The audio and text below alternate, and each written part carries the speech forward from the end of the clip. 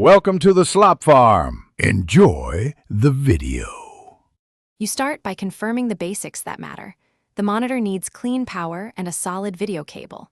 First, plug the monitor directly into a known good wall outlet and turn the strip off, then on to reset it. Next, press the monitor power button and observe the power LED. Blinking or no light tells you if it's getting juice. Once done, swap the HDMI or DisplayPort cable with a spare to rule out a faulty lead before moving deeper. Next, verify the monitor and PC are speaking the same language. Confirm the GPU output matches the monitor input and use the monitor's input selector to cycle sources. If nothing appears, power down both devices and firmly reseat the cable at the GPU and monitor ends to clear poor contacts. Then test the monitor with a laptop or different PC to isolate the problem to the monitor or the computer.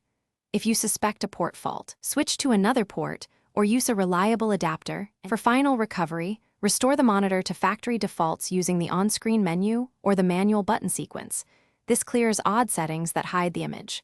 Then update GPU drivers on the PC and, if available, the monitor firmware to fix compatibility bugs. Once done, boot the PC in safe mode to test basic output. If the screen remains black, shine a flashlight close to the panel to check for a dim image. If you see one, the backlight or inverter may be dead and require service. Thanks for watching. Consider subscribing if we helped you today.